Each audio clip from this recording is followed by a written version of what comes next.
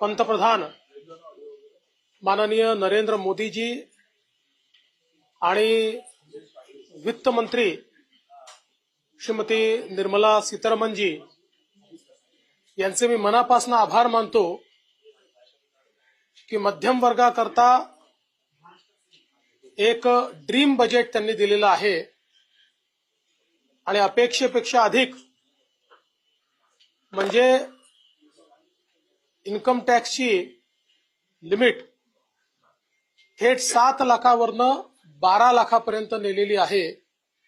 त्यामुळे आता 12 लाख रुपये उत्पन्न असणाऱ्यांना कोणताही टॅक्स भरावा लागणार नाही अशी जी इन्कम टॅक्सची रचना करण्यात आलेली आहे याचा मोठा फायदा मध्यमवर्गीयांना, नोकरदारांना, नवतरुणांना या ठिकाणी होणार आहे।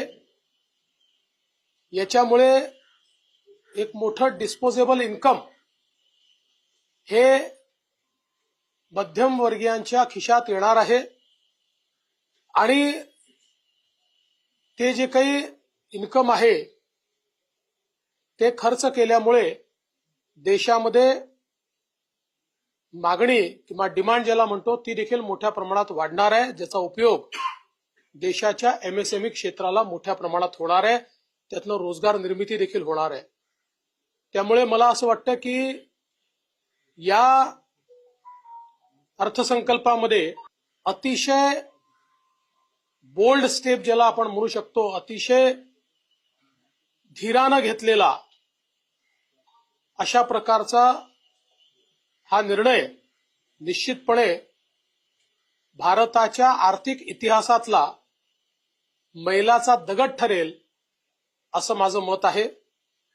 यासोबत विशेषतः शेती क्षेत्रामध्ये 100 जिल्हे आयडेंटिफाय करून त्याच्यामध्ये शेती विकासाची मोठी योजना राबवण्याचा निर्णय असेल किंवा नवीन पल्सेस मिशन असेल, पहिल्यांदा केंद्र सरकारने घोषणा केली आहे की तेलबियांच्या संदर्भात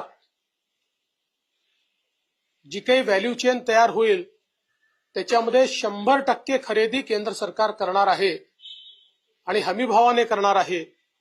त्यामुळे निश्चितच शेतकऱ्यांना अधिक उत्पादन मिळण्याकरता, अधिक पैसे मिळण्याकरता त्याचा एक मोठा फायदा होणार आहे।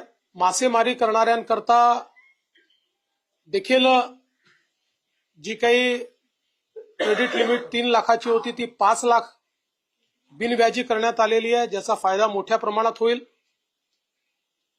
आणि शेती क्षेत्रामध्ये खूप मोठ्या प्रमाणात विविध प्रकारची गुंतवणूक देखील सरकारने घोषित केलेली आहे। यासोबत एमएसएमईच्या क्षेत्रामध्ये विशेषतः जे काही क्रेडिट एनहान्समेंट असेल, लिमिट वाढवणं असेल, यामुळे एमएसएमईच्या क्षेत्राला सर्वाधिक फायदा होईल। आपल्या एकूण उत्पादन क्षेत्राच्या 36% एमएसएमईचं क्षेत्र पण सर्वाधिक रोजगार देणारं क्षेत्र असल्यामुळे त्याचा विशेष फायदा होणार आहे। आणि सर्वात महत्त्वाचं महाराष्ट्राकरता, कारण आता महाराष्ट्र हे देशाचं स्टार्टअप कॅपिटल झालेलं आहे आणि स्टार्टअप मधनं सर्वाधिक रोजगाराची निर्मिती होते आहे। त्या स्टार्टअप करता 20 कोटी रुपयापर्यंत त्या ठिकाणी जी काही क्रेडिट लिमिट तयार करण्यात आलेली आहे याचा आमच्या नवतरुणांना आणि स्टार्टअप्सला खूप मोठ्या प्रमाणात फायदा होणार आहे। इन्फ्रास्ट्रक्चरच्या क्षेत्रामध्ये नवीन इन्फ्रास्ट्रक्चर पाईपलाईन तयार करण्यात आलेली आहे। विशेषतः पीपीपी प्रकल्पांकरता जी नवीन योजना अनाउन्स करण्यात आली आहे, यामुळे खासगी क्षेत्राची गुंतवणूक इन्फ्रास्ट्रक्चरच्या क्षेत्रामध्ये मोठ्या प्रमाणात वाढेल आणि त्यातून रोजगाराची निर्मिती होईल। त्यासोबत ऍसेट मॉनिटायझेशनचे नवीन फ्रेमवर्क आहे, त्यामुळे निश्चितपणे ज्या ऍसेटमध्ये गुंतवणूक केली आहे त्यातनं पैसा रिअलाइज होणं आणि तो दुसरीकडे डिप्लॉय करणं याला एक मोठी चालना मिळणार आहे। विशेषतः युवांकरता वेगवेगळे जे मिशन या ठिकाणी अनाऊन्स करण्यात आलेले आहेत ते अत्यंत महत्वाचे आहेत आणि त्यांच्या स्वप्नांना भरारी देणारे आहेत. खरं म्हणजे आपण जर बघितलं तर 21व्या शतकातला हा अर्थसंकल्प विकसित भारताचा अर्थसंकल्प आहे. भारताला गतीने पुढे नेणारा अर्थसंकल्प आहे आणि भारत हा प्रगल्भ अर्थव्यवस्थेकडे चाललेला आहे आणि त्याचसोबत सर्वसमावेशक अर्थव्यवस्थेकडे चाललेला आहे. या दोन्ही गोष्टी या अर्थसंकल्पातनं आपल्याला पाहायला मिळतात. हे अतिशय चांगलं काम केल्याबद्दल देशाचे प्रधानमंत्री माननीय मोदीजी आणि सन्माननीय निर्मलाजी यांचे मी मनापासून आभार मानतो, अभिनंदन करतो.